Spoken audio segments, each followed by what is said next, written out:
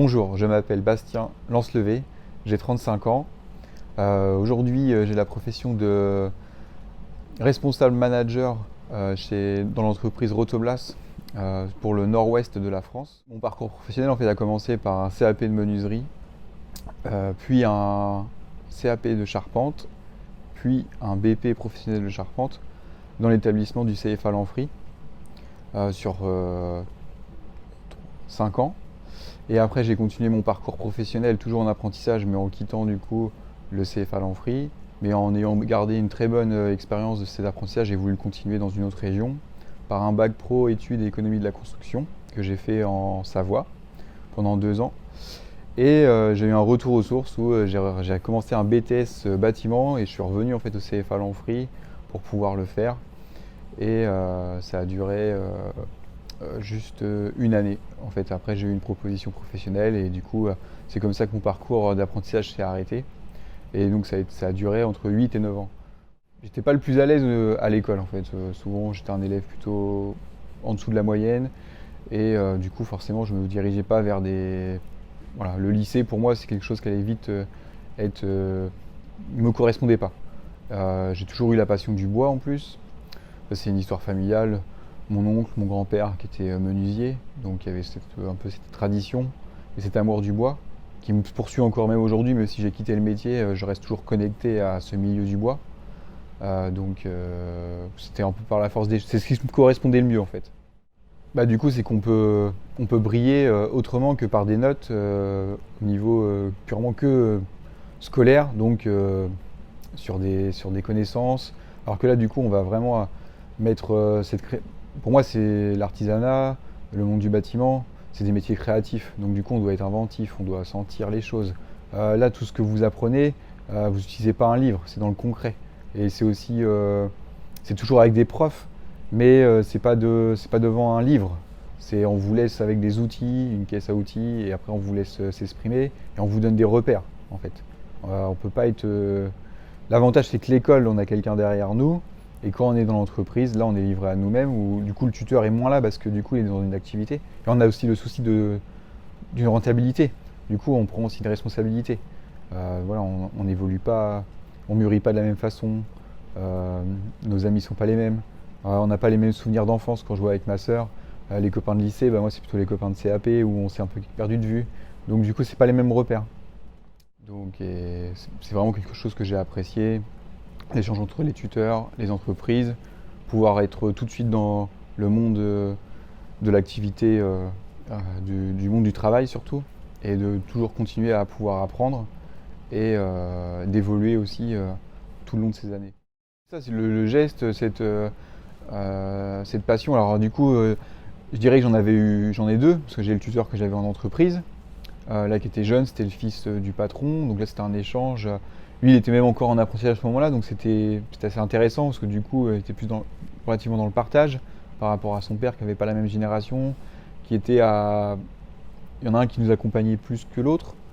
Et après, il y avait mon deuxième maître tuteur ou maître d'apprentissage, c'était justement Franck Boucher qui est toujours là, que j'ai recroisé encore il n'y a pas longtemps. Et là, du coup, lui, c'était le prof, mais c'était pas un prof comme j'avais l'image du collège avant. Là, c'était quelqu'un qui avait été aussi. Qui avait fait le même métier que moi et le même parcours. Donc du coup, là, c'était un autre échange encore différent. Et lui, il savait comment nous appréhender les choses, nous donner. Et il avait aussi cette culture aussi de nous donner cette passion du bois, quoi. Donc c'était pas la même approche. Et donc c'était deux personnes complémentaires, le tuteur en entreprise et justement le tuteur au CFA. Bah, Alors, c'est pas toujours évident parce que du coup on est dans cette activité où on nous demande une rentabilité et en même temps on est là pour apprendre, donc on a le droit à l'erreur et c'est surtout se dire qu'on est là pour faire des erreurs et il faut pas avoir peur de ça. En fait, donc on va nous pousser on va pas nous dire qu'on a le droit de faire ces erreurs parce que du coup on nous demande quand même une tâche à faire et du coup il y a une responsabilité. On est rémunéré aussi, donc du coup forcément ça a un impact, financièrement du coup là c'est ça qui est important de prendre aussi en considération, c'est qu'on a une valeur pour l'entreprise quand même. On va pas nous dire qu'on a le droit de faire des erreurs, mais il faut pas avoir peur de les faire justement et c'est comme ça qu'on apprend. Principalement l'atelier forcément.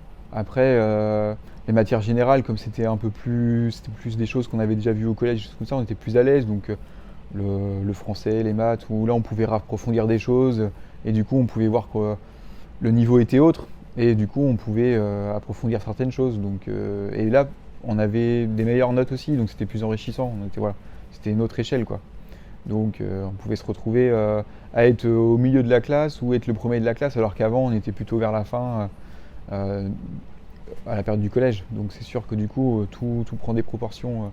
Et les profs souvent sont issus aussi d'un monde professionnel, donc et ont pas la même approche et la même maturité. Mm. C'est un autre univers que l'éducation nationale. Non, non, parce que pour moi j'avais visé aussi l'artisanat dans le sens où je pourrais briller en me mettant à mon compte en fait. L'artisanat dans ce sens-là, être maître artisan. Et c'était l'avantage que je visais, c'était dans le temps et dans les années, et c'était vraiment de devenir mon propre patron. Et au final, j'aurais jamais imaginé devenir manager dans le commerce, dans une entreprise internationale qui s'appelle Rotoulas aujourd'hui, et qui vend de la connexion bois dans le monde entier, quoi. Non, non, j'aurais pas imaginé en arriver là aujourd'hui. Bah, donc là, le métier de commercial, c'est vraiment pour moi, les valeurs, c'est gagner cette confiance avec le client qui est en train de réaliser un partenariat, que le client me fasse évoluer et que lui aussi évolue avec nos produits. C'est un partage, du coup. Et ce qui nous réunit surtout, c'est cette passion du bois, quoi. Donc là, j'ai cette chance d'être dans une marque qui prône vraiment cette construction. Donc ça me correspond tout à fait, quoi. Donc c'est comme ça que je vois ce métier-là. Après, le métier du commerce, c'est du contact. Comme aussi, quand j'ai commencé en tant qu'apprenti, on faisait beaucoup de particuliers, on avait les contacts avec du coup, la clientèle. On rentre dans l'intimité des gens, donc il y a cette pudeur, donc voilà, on réalise quelque chose qu'ils vont utiliser tous les jours. Nous, on a pris aussi soin de le faire pour eux, et eux sont reconnaissants du travail bien accompli. Je m'en rappelle très bien de mon premier pourboire. Voilà, voilà, c'est cette gratitude, cette valorisation qu'on a en plus, ou merci, vous avez bien travaillé. Ça avait autant d'importance qu'un pourboire. Donc c'est vrai que là, c'est autre chose que de recevoir une note ou à la fin du trimestre, voilà, assez bien, moyen, faire des efforts, bavardage. Donc voilà. Et ce métier manuel, je l'ai exercé pendant 15 ans.